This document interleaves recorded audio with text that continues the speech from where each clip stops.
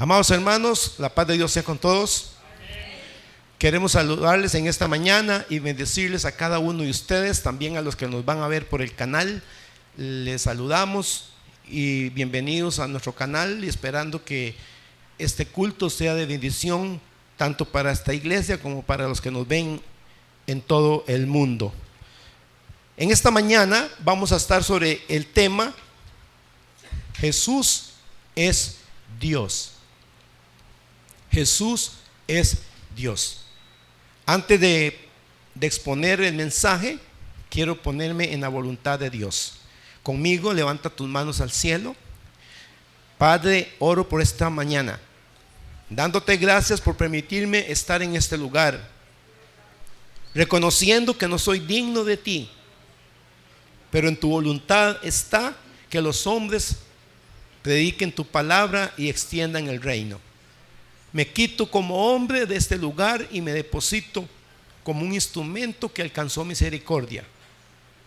Padre, que tu palabra sea revelada al corazón, para que este pueblo reciba una palabra sana, una palabra sin adulterar, para que crezca y se limpie en el nombre de Jesús.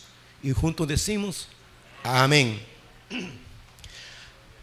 Amados hermanos, ¿por qué vamos a predicar esta mañana Jesús es Dios? Porque hemos visto muchos comentarios, hemos visto muchas doctrinas, aún en hombres que salen por televisión ya muy reconocidos, haciendo una distinción en que Dios es el Dios todopoderoso y que Jesús es un Dios, pero un Dios menos poderoso.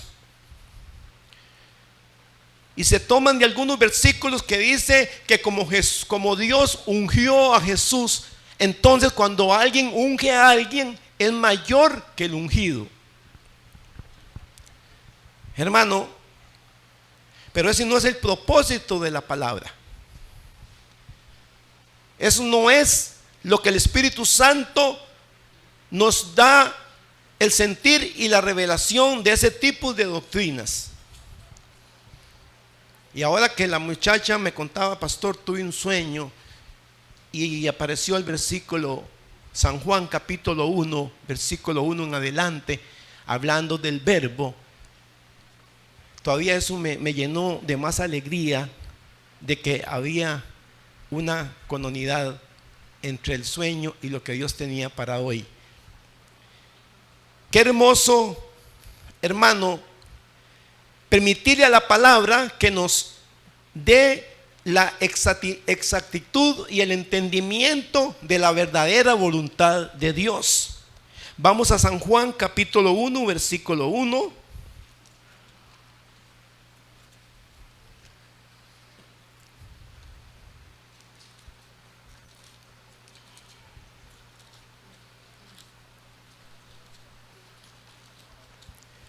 Honramos al Padre, al Hijo y al Espíritu Santo.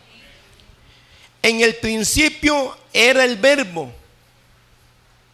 El verbo estaba con Dios y el verbo era Dios. Este estaba en el principio con Dios.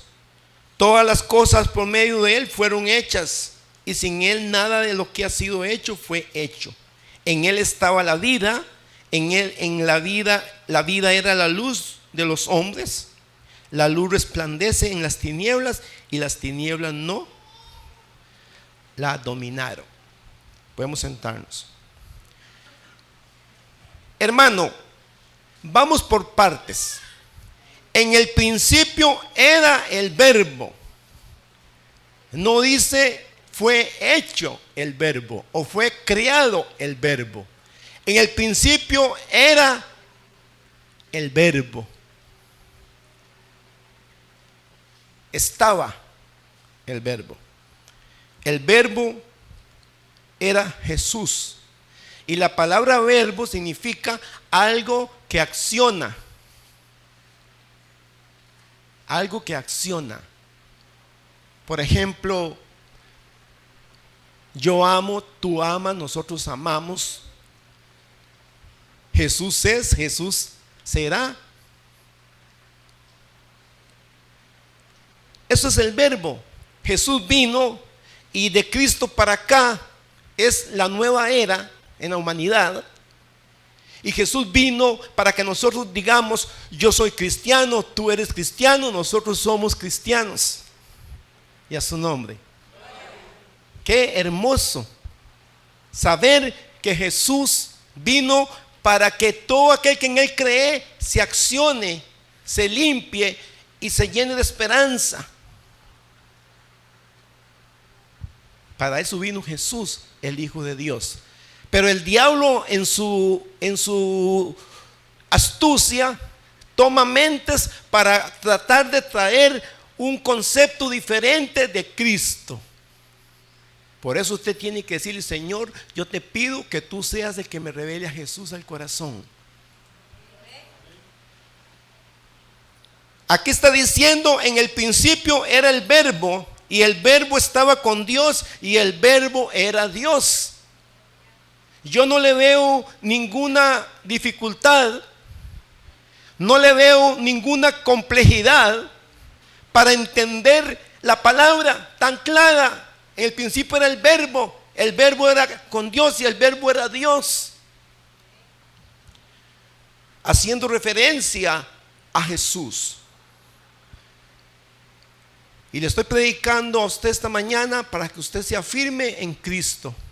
Porque si usted tiene una buena doctrina, a usted no vienen estrategias de hombres y te confunden. La persona que tiene buenos fundamentos en la palabra de Dios es inconmovible.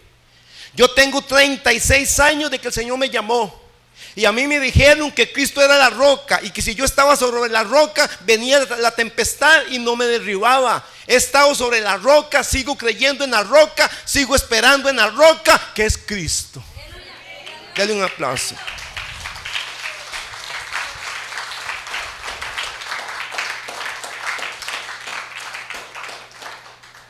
Han venido muchos vientos de doctrina: que si no guardo el sábado estoy mal, que si no guardo el sábado estoy sin Cristo, que si como carne de cerdo no me voy a salvar, que no sé qué y que no sé cuánto. Pero mi fe es viva en el Cristo vivo.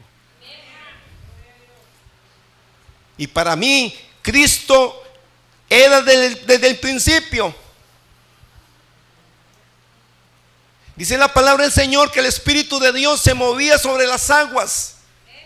Y cuando Dios comenzó a hacer la creación, vemos lo siguiente: y dijo Dios: hágase la luz, y fue la luz. Ahí estaba saliendo solo una voz. Dice: y dijo Dios: hágase los árboles, y fueron los árboles. Hágase la noche, y fue la noche. Y dijo Dios, habla en singular. Pero viene algo muy importante. Cuando Dios miró que todo era bueno y dice: voy a ser el hombre, no dijo voy a ser el hombre, dice: hagamos el hombre a nuestra imagen, no dijo a nuestras imágenes. Vea qué importante, hermano. Cuando fue creado el hombre, salió una voz que dijo, y no dijo, y dijo Dios, hagamos al hombre, sino que dijo Dios, hagamos al hombre, hablando ya en plural. Ya estaba tomando en cuenta que había alguien más en la esencia de Dios, que era Jesús. Estos son misterios, hermano. Estos son misterios, y los misterios no se pueden explicar. Por eso una persona que intenta explicar un misterio termina confundiendo y confundido. Termina dando un montón de explicación, pero sin un contenido exacto.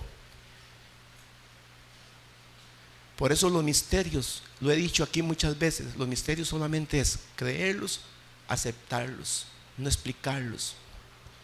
Como es el misterio de la piedad. Este misterio en que Dios dijo hagamos al hombre, es algo que lo aceptamos pero no podemos explicar Dios, el Dios trino, Padre, Hijo y Espíritu Santo. El Espíritu Santo se movía sobre las aguas y Dios estaba en el cielo. Pero cuando tuvo que hablar en plural, habló en plural.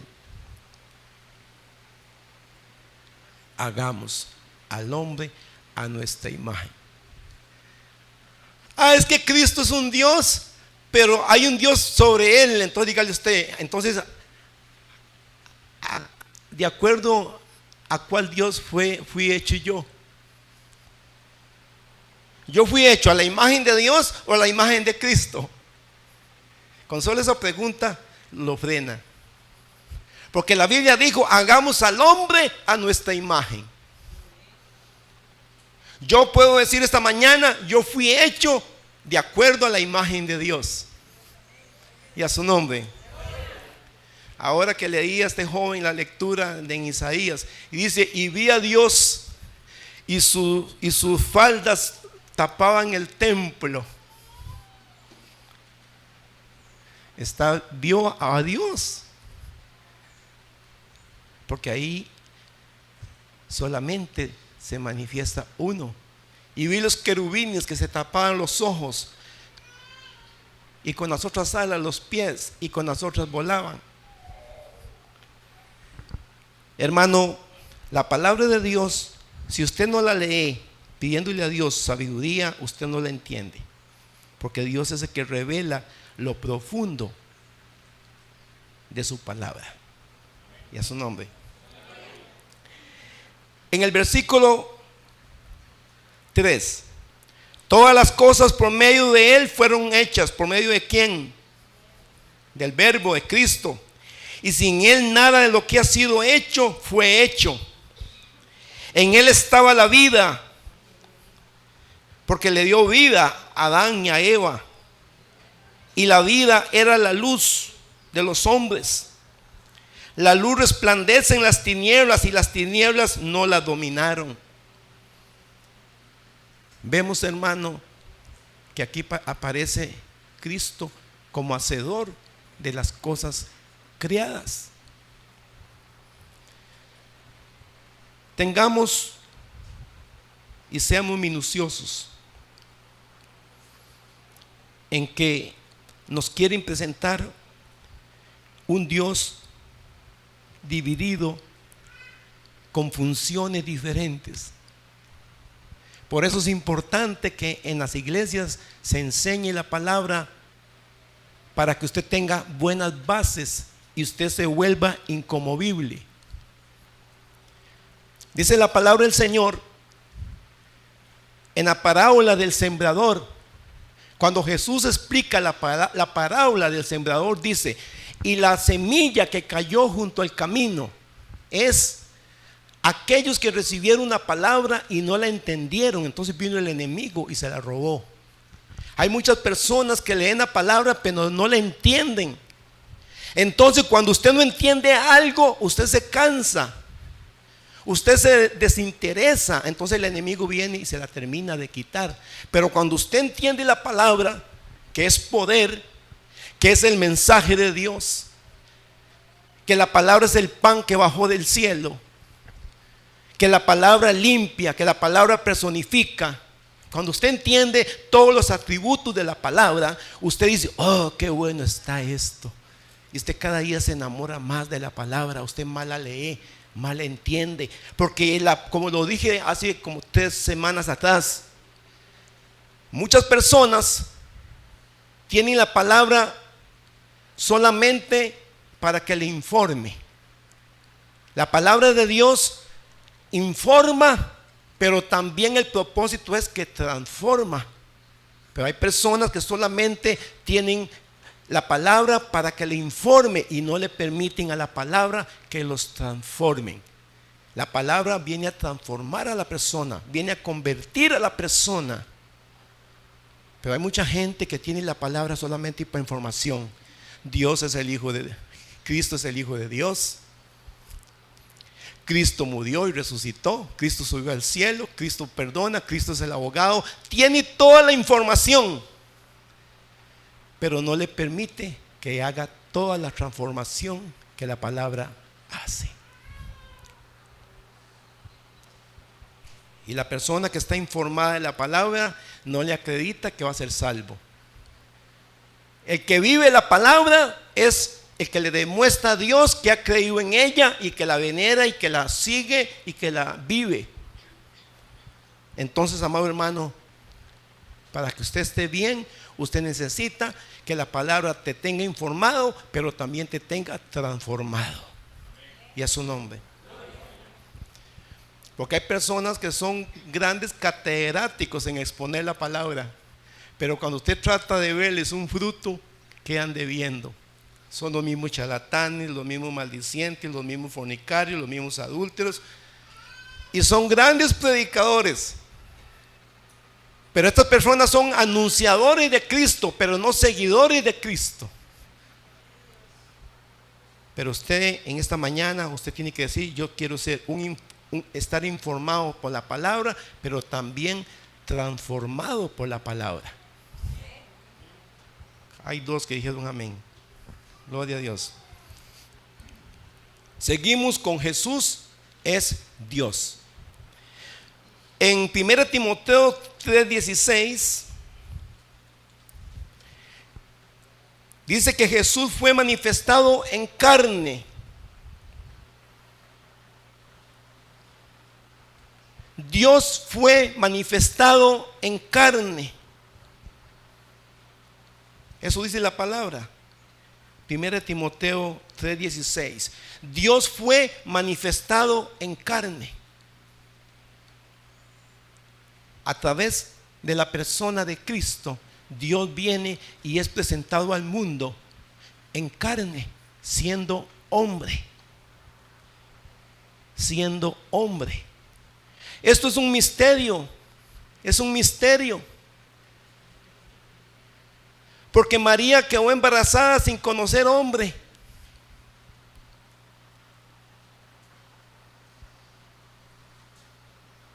Y vino Dios y puso en María a su hijo por medio del Espíritu Santo. Esto es un misterio. Yo no puedo explicar, ni tampoco lo intentaría. Solamente lo creo, de que Jesús vino y nació a través de la Virgen María, y la Biblia lo declara como Dios manifestado en carne.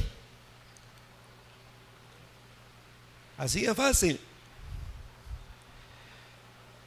El asunto es que tenemos que ubicarnos y vea lo siguiente. Cuando usted estudia cristología, a usted le enseñan. En la cristología usted aprende a lo que es Cristo descendido y Cristo ascendiente. Eso enseña alguna cristología. Preguntémonos lo siguiente: ¿qué dice la palabra de Dios antes de que Cristo viniera a esta tierra? ¿Cuál era la forma de moverse o la permanencia de Cristo en el cielo? Si usted lee la Biblia, si estoy equivocado, levante la mano y me corrige. Yo no me enojo.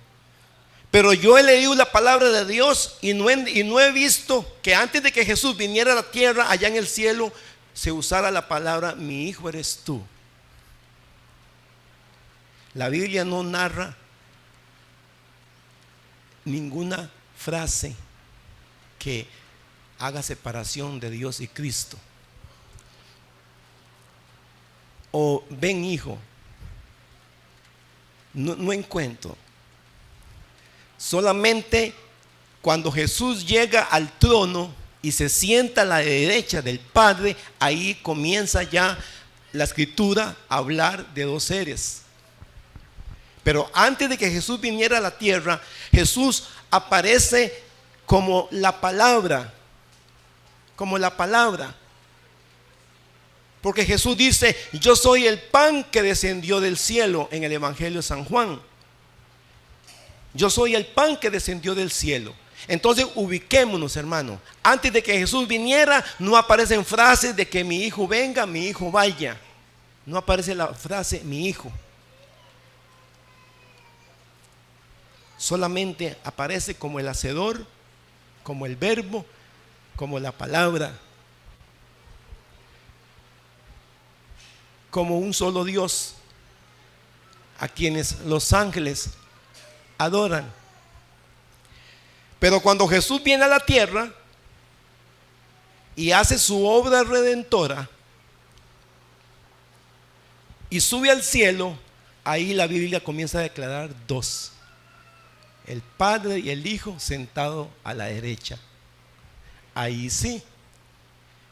Antes de que Jesús viniera a la tierra, no se describe como la palabra, nos describe como la palabra existente en Juan 6:51. Yo soy el pan que descendió del cielo. Jesús en ningún momento es llamado hijo ni semejante a mí.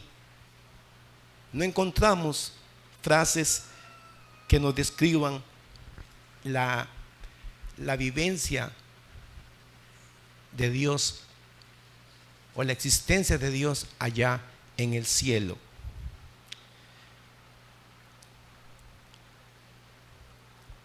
Continuamos con el mensaje de esta mañana. Después de la consumación de todo, dice la palabra en 1 Corintios capítulo 15 del 25 al 8, dice que cuando todo haya sido puesto bajo los pies de Jesús, cuando todo haya sido consumado, Jesús se sujetará al Padre. Vea qué importante, hermano. Cuando Jesús vino al mundo, antes de venir eran uno solo. Jesús viene y se presenta como el Hijo de Dios y como el Salvador del mundo. Entonces, Jesús va a permanecer como el Hijo de Dios, porque la iglesia tiene que ser arrebatada. Porque la iglesia tiene que tener un abogado. La iglesia tiene que tener un intercedor. Entonces Jesús va a permanecer en su imagen de Salvador. Pero un día que todo sea consumado, un día que ya todo haya terminado y que ya vaya a ir los pecadores al infierno y los salvos al cielo a estar con Dios, entonces ellos volverán a ser solo uno. Dice que Él se sujetará al Padre. Porque antes de eso la iglesia necesita tener un encuentro con el Salvador. Imagínense que Jesús hubiera ido al Padre cuando Jesús fue levantado en una nube.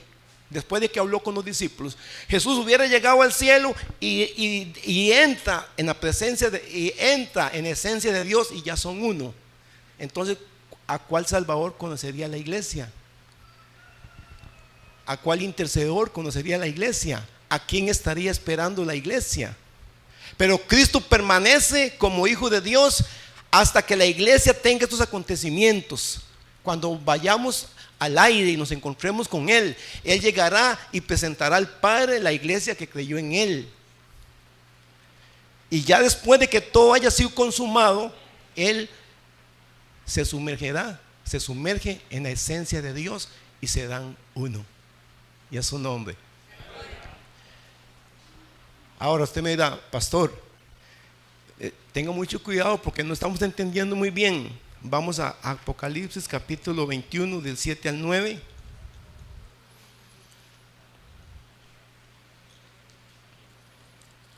El hermano Jairo me lo lee en voz alta, por favor. Apocalipsis 21 del 7 al 9.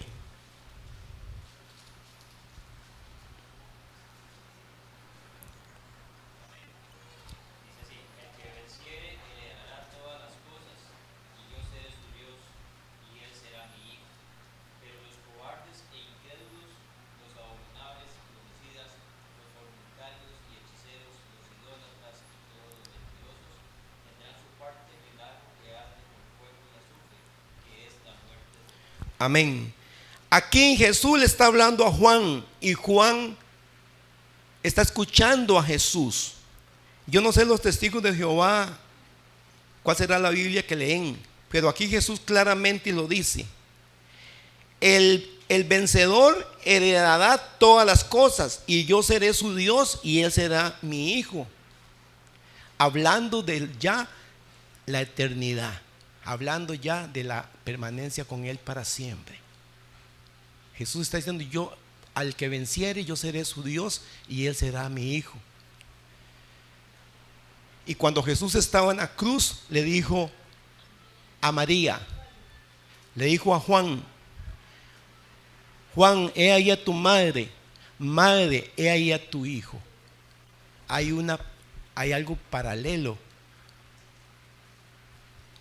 que hace veraz esta expresión en Apocalipsis.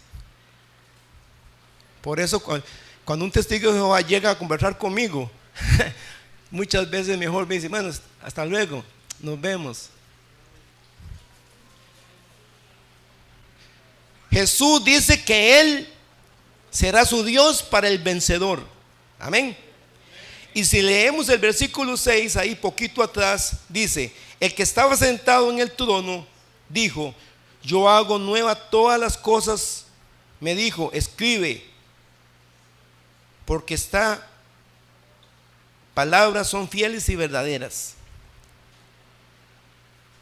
Vea qué tremendo, hermano. El que estaba sentado en el trono, la Biblia dice que el que se para del trono es Jesús. Entonces, ¿qué sucede después de toda la consumación de todo? Jesús y el Padre serán uno. ¿Están entendiendo? ¿Hay alguien que no le parece? Jairo, amén.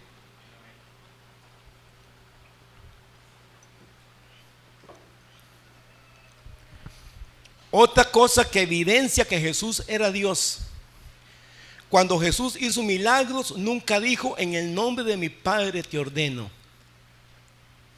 Y tuvo encontronazos con los fariseos, porque cuando Jesús le dijo a aquel paralítico: tus pecados te son perdonados, ellos comenzaron a decir: ¿y quién es este? Solo Dios perdona pecados. Y Jesús le dijo, porque él, sabiendo las intenciones del corazón, le dijo: tus pecados te son perdonados, levántate, toma tu cama y vete. Como para decirle: si les queda algo, todavía les confirmo más que yo tengo autoridad, si les queda algo de duda. Entonces, ¿qué más ocupamos para entender que Jesús es Dios? El que me ha visto a mí, ha visto al Padre. El que cree en mí, cree en el que me envió. Jesús nunca buscó ni dijo una frase que nos dejara una duda de que Él es una cosa y que Dios es otra. Ellos son uno. Y Jesús dijo: así como el Padre y yo somos uno, así ustedes sean uno. Y a su nombre. Un testigo de Jehová me dijo que me puso una comparación. Me dijo que Jesús y el Padre era como el hombre y la mujer cuando se casaban. Me dijo: cuando el hombre se casa con una mujer, pasan a ser uno solo, porque se unen en carne, pero son diferentes, no se parecen. Uno es mujer y el otro es hombre, pero son uno solo. Así es con Dios y su Hijo. Entonces le digo yo: no se sea tan blasfemo tomar una comparación de un hombre y una mujer para asemejar o comparar la unidad entre Dios y su Hijo. Le digo: son cosas muy diferentes. Eso es una blasfemia. Eso es una ofensa a Dios, tomar la relación de un hombre y una mujer para compararla con la relación entre Cristo y Dios. Por eso, hermano, muchas veces queremos enseñar mucho y terminamos enseñando nada. Pero Jesús vino y demostró que Él era el Hijo de Dios, pero que también Él era Dios. Lo dijo, la Biblia lo confirma indirectamente y también directamente. Solamente es saber interpretar los textos para saber cuando Jesús nos demuestra que Él es Dios y cuando nos dice que Él es el Hijo de Dios. Pero allá en el cielo es una cosa y cuando Jesús vino aquí a la tierra es otra. ¿Están entendiendo, hermanos? ¿Están convencidos de que Jesús es Dios? ¿Por qué? Porque cuando usted va a orar, usted perfectamente, si tiene una doctrina equivocada, usted va a orar y dice, bueno, ¿a quién le pido? ¿A Jesús o a Dios? Y puede venir un tropiezo para su oración. Pero Dios, en su infinita misericordia, y que la Biblia dice que no es un Dios de confusión, Dios dice a través de la palabra: cuando oréis al Padre. Y por allá otro versículo Jesús dice: y todo lo que pidiereis al Padre en mi nombre y creyeren, lo recibiréis. Vemos que aún en la oración ellos se mantienen unidos. Dios escucha la oración, pero pedimos a Dios en el nombre del que vino al mundo, en el nombre de Jesús, porque Jesús todavía está vigente como el Hijo de Dios, porque no han sucedido los acontecimientos del rapto y Jesús sigue abogando por la humanidad. Ubiquémonos y no tendremos problemas. Cuando usted está orando, sea que usted nombre la palabra Jesús o nombre la palabra Dios, es lo mismo, no va a tener problemas.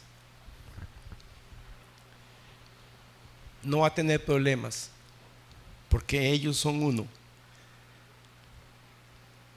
Y Dios pide que oremos pidiendo en el nombre de Jesús. Porque la Biblia dice que si confesares a Cristo con tu boca, a Dios le interesa escuchar que la oración lleve el nombre de su Hijo, el Salvador de tu vida. Qué hermoso, hermano. Qué hermoso saber que Jesús vino al mundo, hizo su obra redentora, y un día, cuando ya todo pase, estaremos delante de Dios.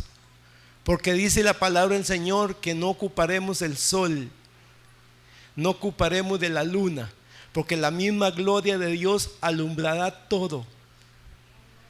Ahí está hablando de un Dios único. Porque si no dijera, la gloria de Dios y su Hijo alumbrarán todo, pero como ya ahí van a ser uno, ya la esencia de Dios será una. Entonces dice, y Dios alumbrará. Ya cuando estemos con el Señor en la otra vida, no vamos a tener ni sol ni luna, ya todo será diferente. La presencia de Dios hace que Él todo lo llene, que Él todo lo provea. No puedo explicar mucho porque no me da la mente para estas cosas tan profundas, pero qué hermoso saber que tendremos un Dios único y que nunca cometimos el error de minimizar a Cristo, ni separar a Cristo, decir que Él es un Dios inferior y que hay un ser supremo sobre Él, un Dios todopoderoso. Esa doctrina ha venido desde muchos años atrás y seguirá existiendo esa doctrina. Por eso afírmese usted en la palabra, viva la palabra, estúdiela, medite la palabra, y si hay algo que no lo entiende, dígale al Señor: Señor, dame entendimiento de tu palabra, y Dios en su momento trae la revelación a tu mente, porque Dios quiere que usted camine verdaderamente instruido en la verdad, porque la Biblia dice que vendrán falsos maestros, vendrán falsos profetas. Yo no sé si usted vio un hombre que vino a Costa Rica y dijo que él era Cristo, y celebraron un culto ahí por San José, no sé a dónde, y entraron un montón de mujeres casi desnudas en una comparsa, y decía que todo eso era aceptado por Dios y que él era Cristo, hermano. Al tiempo yo creo que dicen que murió de un cáncer. Qué cosa más terrible. Y la Biblia dice que vendrán falsos cristos, que vendrán falsos maestros, vendrán falsos cristos. Pero la iglesia sabe que aunque nos hagan ofertas muy llamativas, nosotros sabemos que nuestro Señor vendrá en las nubes y primero sonará la trompeta con voz de arcángel, con trompeta de Dios. Vendrá Cristo y llamará desde el cielo y le dirá: iglesia, aquí está su Redentor, y los ángeles juntando a los escogidos, y nos vamos al cielo. El que está vivo será transformado y nos vamos al cielo y nos encontramos con Él en el aire y nos vamos a las bodas del Cordero, y ahí celebramos con el verdadero Salvador que descendió del cielo, y a su nombre. Yo sueño con eso. Yo sueño con ese momento de ver a Cristo cara a cara y llegar a la patria celestial y disfrutar todo lo que habíamos escuchado de Él. Amada iglesia, quiero que en esta mañana usted haya podido entender el mensaje que Dios ha traído a tu corazón. Espero que esta palabra no se la robe el diablo ahí en la puerta, sino que esta palabra la retenga, esta palabra la haga viva, la haga suya, para que usted tenga un buen fundamento para creer, para perseverar, para esperar. Qué lindo cuando usted se mueve seguro de algo. Qué hermoso, hermano, cuando usted va caminando confiado. Y nuestra confianza está en Cristo. Nuestra confianza la da Cristo. Nuestra esperanza es viva de que nuestra ciudadanía no está aquí en la tierra. Nuestra ciudadanía está en el cielo. Yo le motivo, amada iglesia, le motivo esta mañana en el nombre de Jesús a que usted deje de vivir un cristianismo tibio, porque un cristianismo tibio te hace que Dios te vomite. O eres cristiana o eres mundana, o eres caliente o eres frío.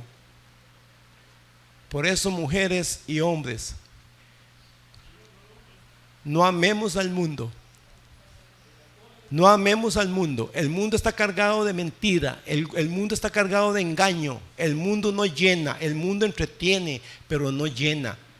Apártese de las cosas mundanas. No améis el mundo ni las cosas que están en el mundo. El que se convierte en amigo del mundo se constituye enemigo de Dios, lo dice Santiago 4:4.